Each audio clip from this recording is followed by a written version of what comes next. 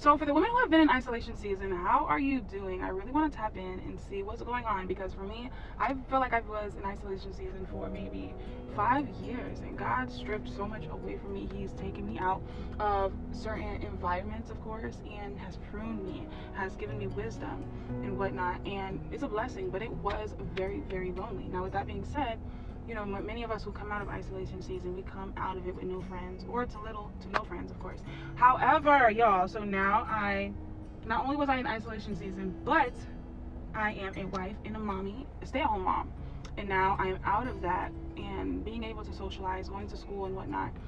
But my thing is, I want to see how the other ladies are handling it. What advice can you give to myself? But I also want to exchange the advice that I can give to you.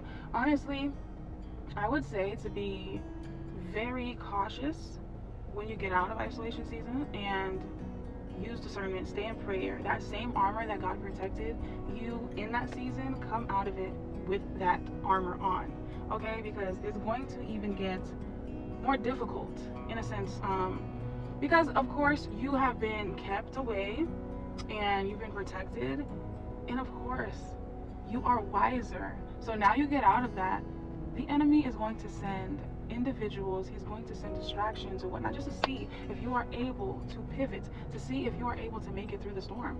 And by the grace of God, we're professing and proclaiming that. However, y'all, I really want us to be mindful with who we allow into our personal space. And this is something that I'm learning. This is something that the Lord has been teaching me in this time. To be mindful of those you're allowing in your space, to be mindful of the words that are coming out of your mouth.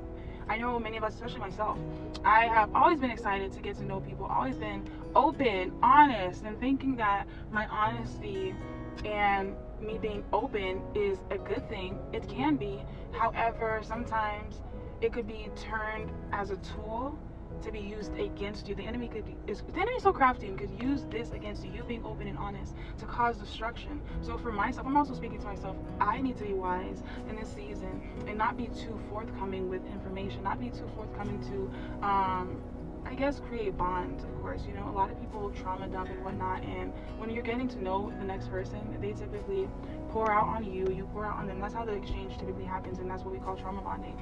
But I want God to be the foundation of any and every friendship, relationship that I get into, or any circle group, whatever the case is. I want God to be the firm foundation of it all.